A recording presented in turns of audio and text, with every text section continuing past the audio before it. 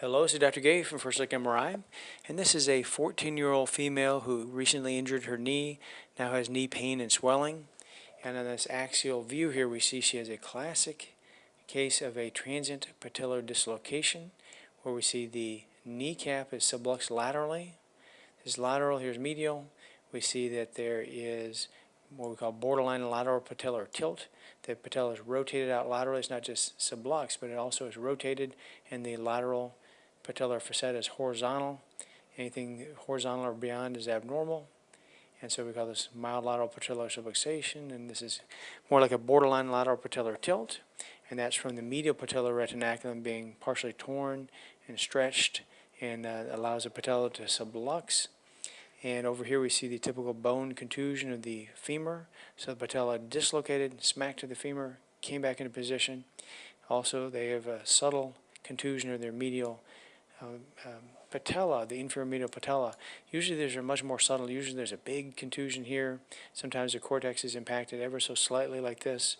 And then the patellar side, sometimes it's just completely normal. Sometimes it's not too bad.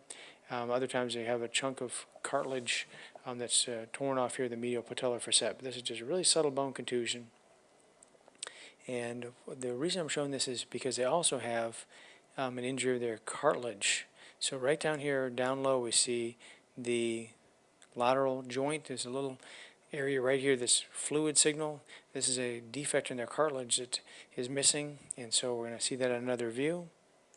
Kind of the teaching point here is that the impaction injury is mostly the non-weight-bearing lateral femoral condyle, but it very often will come down here and hit the very far anterior articular surface as well. So we'll look at that on another view here.